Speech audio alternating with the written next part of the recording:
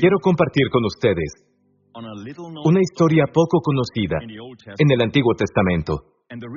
Y la razón por la cual Dios puso esa historia en el Antiguo Testamento y cómo está ligada con la historia de Navidad, creo que te bendecirá, te ministrará, te ayudará a ver la historia de Navidad en su totalidad. Porque muchas veces la gente tiene preguntas sobre el nacimiento virginal, tienen preguntas sobre por qué Jesús tuvo que venir en la carne. Bueno, amigos, se trata de redención. Amén, este mundo está caído. La razón por la que tenemos esta pandemia ahora es porque el mundo está caído. El mundo está caído por el hombre. El gobernante legítimo que Dios nombró para gobernar sobre esta tierra. Cuando Dios hizo a Adán, Dios dijo, señorea en toda la tierra y en todo animal que se arrastra sobre la tierra. El hombre era el gobernante legítimo de Dios sobre este dominio llamado tierra. Amén. En esta parte del universo, Dios hizo al hombre para gobernar. Amén, para tener dominio. Pero el hombre cometió alta traición. El hombre pecó. Dobló sus rodillas ante un espíritu forajido, Satanás, y como resultado, cuando el hombre pecó contra Dios, entró la muerte. Nunca fue parte del plan de Dios que el hombre muriera. Cuando el hombre cayó, Dios le habló a la serpiente, que estaba poseída por Satanás. Dios habló a Satanás, en otras palabras, la primera profecía de la Biblia en Génesis 3:15. Esto es lo que Dios dijo, y pondré enemistad entre ti y la mujer. Noten que no es tú y el hombre, aunque fue el hombre el que cayó. Y por supuesto, cuando el hombre cayó, la mujer también cayó. Amén. Era el hombre quien tenía la autoridad final con la que Dios lo invistió. Y cuando él cayó, toda la creación cayó. Amén. Y ahora, para que el hombre regrese a ese lugar que Dios tiene para él, necesita sangre derramada, porque sin derramamiento de sangre no hay perdón de pecados. La Biblia lo dice así, en Levítico 17, versículo 11, dice, porque la vida de la carne en la sangre está. Repitan, la vida de la carne está en la sangre. Dios dice, se la he dado, la sangre, para hacer expiación sobre el altar por sus almas, y la misma sangre hará expiación de la persona. Ahora volvamos a lo que Dios le dijo al diablo. La primera profecía de la Biblia, Dios dijo, pondré enemistad entre ti y la mujer, y entre tu simiente y la simiente suya. De inmediato, cuando ves la frase, su simiente, en singular, sabes que se refiere a Jesús. Y Dios está diciendo, sí, hiciste caer al hombre. Sí, toda la creación ha caído, pero yo envío a la simiente de la mujer, y él te herirá en la cabeza, y tú le herirás en el calcañar. Amén. La palabra herir allí en hebreo es la palabra aplastar. Él aplastará tu cabeza, y le aplastará hasta el calcañar. Eso pasó en la cruz. Jesús fue herido, por supuesto, en la cruz, pero él aplastó la cabeza de Satanás en la cruz. Aleluya. Y noten allí, no es la simiente del hombre, es, pondré enemistad entre tu simiente, la simiente del diablo, y la simiente de la mujer. Ahora, la mujer no tiene simiente. Esta es una profecía del nacimiento virginal, amén, que Cristo vendría a través de una virgen, amén. Y muchos años después de eso, 700 años antes de que Cristo naciera, el profeta Isaías dijo esto, por tanto, el Señor mismo les dará señal, he aquí que la virgen concebirá y dará a luz un hijo, y llamará su nombre Emmanuel. La Virgen concebirá y dará a luz un hijo. Es una señal. Ahora, ¿por qué la necesidad del nacimiento virginal? Hoy tenemos ciencia para respaldar esto. Porque sabemos que, como virgen que lleva un hijo, sabes que no hubo hombre, no hay coito. En otras palabras, se necesita un padre y una madre para proporcionar algo llamado genes ABO, donde cada uno aportará uno de dos de sus genes para el bebé. Se lo donan al bebé, ¿cierto? Se necesita un padre y una madre, ¿cierto? Pero una virgen significa que no hay padre aquí. Entonces Jesús fue formado en el vientre y su Padre, el Padre Celestial, amén, lo envió. Amén. No lo creó, lo envió al vientre de la Virgen. Se quitó toda su gloria. ¿Qué rey renunciaría, cierto, como dice la canción, y se haría hombre? Eso es realmente una humillación. Eso es una condescendencia. Amén. Para que Él se haga hombre, sujeto al tiempo y al espacio, igual que el resto de nosotros. Y sin embargo, Él es divino, porque eso no puede negarlo. Amén, siempre lo es. Amén. Pero aquí tienes a Jesús en el vientre de la Virgen. Y ahora sabemos científicamente que la placenta no da sangre al bebé. En un momento creíamos que el bebé recibía la sangre de la madre, pero no olviden que María tiene el pecado en la sangre. Todos los hombres tienen pecado. La Biblia dice, todos pecaron y están destituidos de la gloria de Dios. Entonces, ¿dónde encuentras el pecado? ¿Cómo se transfiere al niño? A través de sangre. Amén. Entonces, el padre y la madre contribuyen a la sangre del niño, ¿no? Y si María, aunque es virgen, no conoce varón, pero los hombres pensaban en tiempos pasados que le pasaba su sangre pecaminosa a Jesús. Pero esto no es cierto, porque ahora sabemos que la placenta solo trae comida, alimento, amén, oxígeno al bebé, al niño. Y el excremento del bebé y todos los desechos se transfieren fuera del bebé. Amén.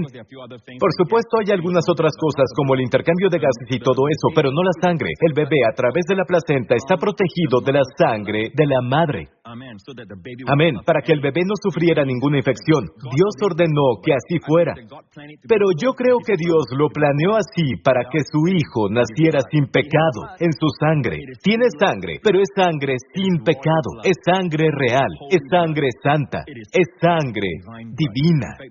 De hecho, este término se usa en Hechos 20, donde el apóstol Pablo dice que tengan cuidado de la iglesia de Dios. Amén. Cuida la iglesia de Dios. Alimenta al rebaño de Dios. Amén.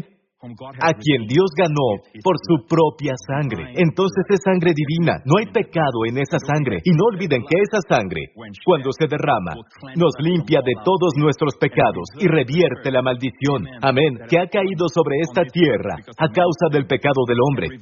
Si podemos revertir el pecado, podemos revertir la caída. Aleluya. Amén. Gracias, Señor Jesús.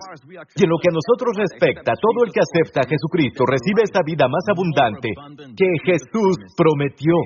Amén, amén, alabado sea el Señor. Gracias, Jesús. Ahora vamos a esta historia que pocas veces se comparte. Ni siquiera muchos creyentes saben sobre esta historia, pero se encuentra en Números 27, donde durante el viaje por el desierto, esto sucedió durante el tiempo de Moisés cuando salieron de Egipto. Y la Biblia dice que había unas mujeres que eran las hijas de Zelofead. Su padre acaba de morir, y el padre no tenía hijos, entonces no tenían hermanos. En general, el hijo sucedía al padre, y el primogénito recibía la doble porción de su herencia. Y el segundo hijo recibiría otras partes de la herencia. Pero aquí este hombre no tiene hijos, solo hijas, 5 hijas, y sus nombres se mencionan aquí. Y fueron a ver a Moisés, y es una ley. Es la ley de aquel tiempo que el padre conferirá su herencia a su hijo. Cuando el padre muere, el hijo toma el relevo. Amén. El hijo hereda todo. Pero, ¿y si no tienes un hijo? Lo que pasó fue que estas chicas fueron a ver a Moisés. Y no olviden que Moisés era el legislador. Y dijeron esto: ¿por qué será quitado el nombre de nuestro padre de entre su familia por no haber tenido hijo? Danos heredad entre los hermanos de nuestro Padre. Me encanta su espíritu, ¿no? Danos heredad, amén. Danos heredad entre los hermanos de nuestro Padre, porque si no, lo que va a pasar es que estas hijas de Zelofead, este varón Zelofead que falleció, su heredad irá a sus hermanos, los tíos. Pero dijeron, danos la heredad que pertenece a nuestro Padre.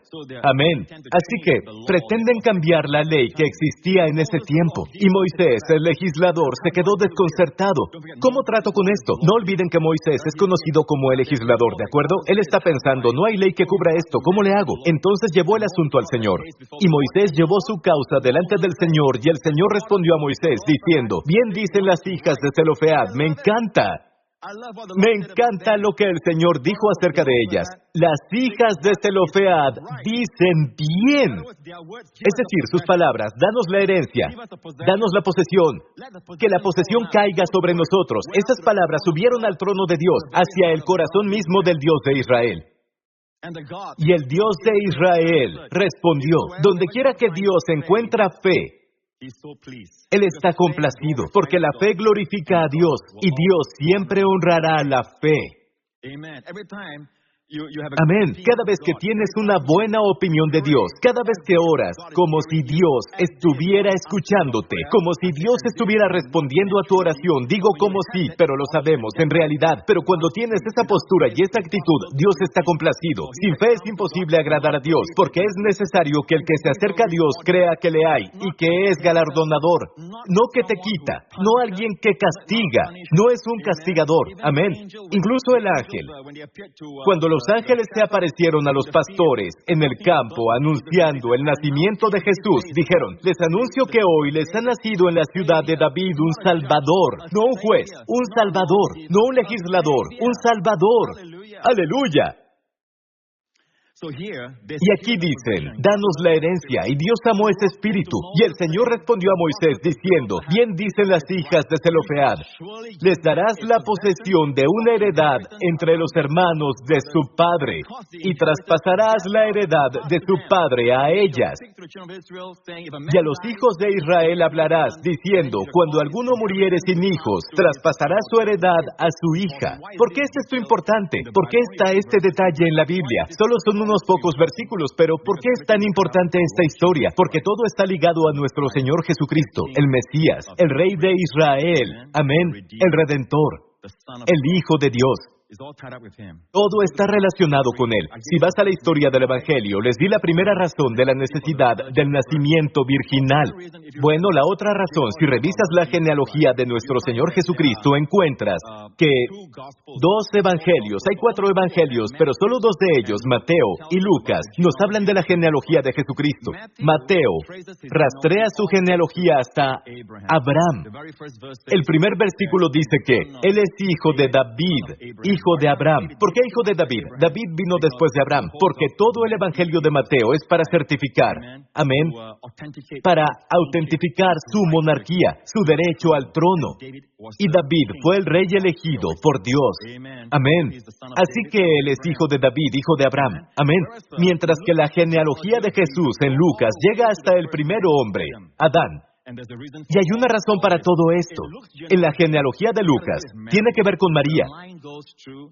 La línea pasa por María. Y en la genealogía de Mateo va hasta José.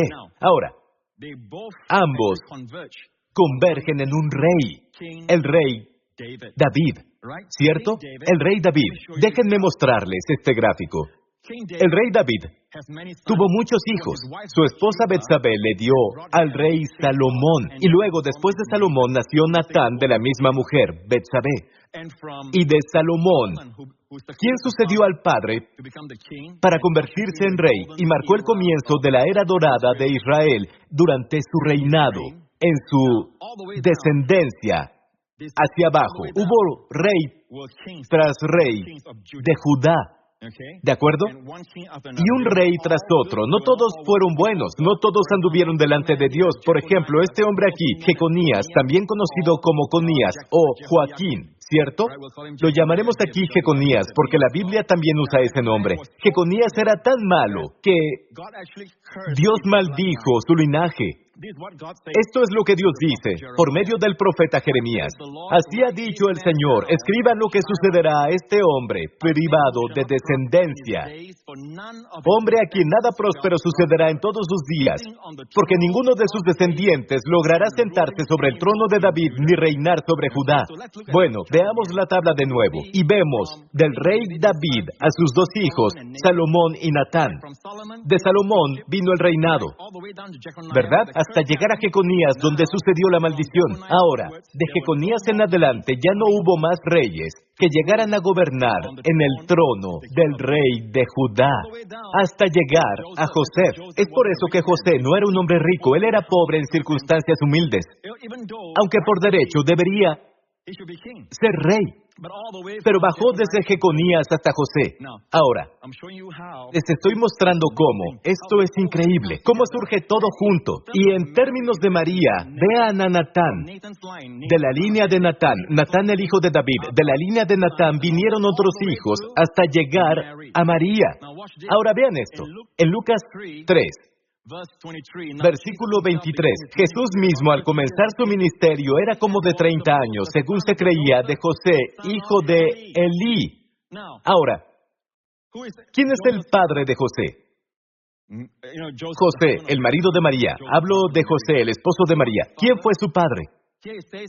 Aquí dice que Elí, pero si ves Mateo 1, dice, Jacob engendró a José, marido de María. El esposo de María, no el padre de Jesús. Con mucho cuidado, el Espíritu Santo usa esa palabra. No es el padre de Jesús, sino el esposo de María, de la cual María nació Jesús, llamado el Cristo. Ahora vean esto. Jacob es el padre. Ahora, en realidad, este Jacob no es Jacob el patriarca. Este es otro Jacob, el padre. Él es el padre de carne y sangre de José. Pero acabamos de leer en el relato de Lucas que Jesús, como se suponía que era el hijo de José, hijo de Elí. Ahora, ¿por qué es así? En realidad, Elí es el padre de María. Vean esto. Elí es el padre de María, pero a causa de las hijas de Zelofead, Dios cambió la ley. Amén. Porque tuvieron fe para creerle a Dios y pidieron la posesión. Ahora la herencia puede ir a una hija. ¡Aleluya! Dios tiene una manera. Cuando el diablo se regocijó, Dios probablemente estaba diciéndoles a los ángeles, ahora vean esto, amén, alabado sea el Señor. Y Dios le dio la vuelta a todo, alabado sea el Señor. Así que José era el hijo adoptivo de Elí. Amén. Es decir, por María. María también puede recibir la herencia, amén, por las hijas de Zelofead. Aleluya. Puedes ver cómo se juntan todos los detalles de la Biblia. Y gracias a eso, José era el hijo adoptivo de Elí. Elí fue realmente el padre de María. Amén. Así que la realeza continúa hasta el final. ¿Pueden ver eso? Aunque José estaba bajo la línea maldita de Jeconías, pero María tiene derecho al trono. En otras palabras, de ambos, Jesús tiene el derecho real, amén, y el derecho de sangre, el derecho legal, real como en la realeza. Derecho real y derecho legal. ¡Aleluya! Gracias, Señor. Y por eso la importancia del nacimiento virginal. Es todo para conservar la sangre de Jesús, porque Dios lo envió a morir por nuestros pecados, amigos. Amén. Y la Biblia nos lo dice en Romanos 5, muy claramente. Dios muestra su amor para con nosotros en que siendo aún pecadores, Cristo murió por nosotros. Mientras nosotros éramos aún pecadores, Cristo murió por nosotros. Me encanta esto, pues mucho más estando ya justificados en su sangre. ¿Justificado? ¿Qué es justificado? Significa que eres hecho justo a los ojos de Dios. Justificado es un término usado en los tribunales. Quedas absuelto, amén, pero a los ojos de Dios es más que eso, eres hecho justo a los ojos de Dios. ¿Y cómo somos hechos justos? Por la sangre de Jesús. Aleluya. Así que aquí dice muy claramente, Dios muestra su amor para con nosotros en que mientras éramos aún pecadores, Cristo murió por nosotros. Por eso siempre debemos estar viviendo en el reino. Nuestra herencia es el reino en el que somos conscientes del amor de Dios por nosotros. Y después de que seas salvo, consérvate. Y la palabra conservarse ahí es cuidar. Es la misma palabra usada por Jesús en su oración sacerdotal en Juan 17. Padre, guárdalos a los que creen en mí, en tu nombre, en tu nombre. Conserva, preserva. Consérvate en el amor de Dios. Consérvate en el amor de Dios. Mantente ahí. Recuerdo cuando estaba en Inglaterra, una de esas primeras veces, y recuerdo que el clima frío era helado. Recuerdo que yo estaba caminando detrás de un edificio y incluso el sol brillaba. Todavía era invierno, pero el sol brillaba. Hacía mucho frío porque yo estaba en el lado oscuro del edificio. Cuando salí de la sombra, el sol, estaba tomando el sol y sentí el calor. Y entonces el Señor me habló. Esto es lo que significa mantente en el amor de Dios. No te quedes en las sombras. Siempre sé consciente del amor de Dios. Amén. Sean conscientes de su amor. Aleluya. Amén. Vive en este amor. No es tu amor por Dios, es el amor de Dios por ti. Amén. Juan se llama a sí mismo el discípulo a quien Jesús amaba, no el discípulo que ama a Jesús. 5 veces en el Evangelio de Juan se llama a sí mismo el discípulo a quien Jesús amaba. Y en estas 5 veces ves a Juan amando a Jesús. Amén. Pero Él se llama a sí mismo. Cuando nos demos cuenta de cuánto nos ama Dios, lo amaremos y nos amaremos unos a otros. Por lo tanto, cumpliendo la ley, aleluya, amigo. Consérvate en el amor de Dios. Cuando venga el miedo, mantente en el amor de Dios, sabiendo que Dios te ama. Piensa de la cruz. Esa es la prueba del amor de Dios por ti. Y Dios ha resuelto todo, incluso durante esta temporada navideña, para que puedas conocer la historia de Navidad, que el diablo nunca tendrá la sartén por el mango. Dios finalmente gana. Y esta pandemia no tendrá la sartén por el mango. Dios lo sabía de antemano. Y Dios nos preparó para atravesarla. Hay un propósito y todas las cosas están trabajando unidas para el bien del Hijo de Dios. De hecho, estas cosas fueron profetizadas por Jesús. Amén. Pestilencias en muchos lugares es una señal de que Él va a venir de nuevo. Estas cosas no son de Dios, son a causa de la caída del hombre. Pero ahora que estamos redimidos, amigo, atrévete a pedirle a Dios, dame esta posesión. Amén. Creo que las hijas de Zelofead nunca se dieron cuenta de que sus palabras tendrían consecuencias a través de los pasillos de la eternidad. Amén. Que sus palabras agradarían tanto a Dios que nacería el Mesías. Amén. Y debido a este cambio de la ley, que Dios permitió que la posesión se fuera a través de las hijas, María pudo conferir a Jesús la herencia legal y real del trono. Aleluya. Alabado sea el nombre de Jesús.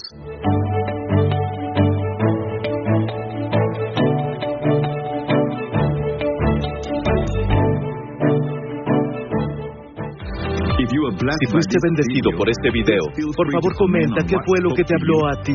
Danos un like y compártelo con un amigo que necesite aliento. No olvides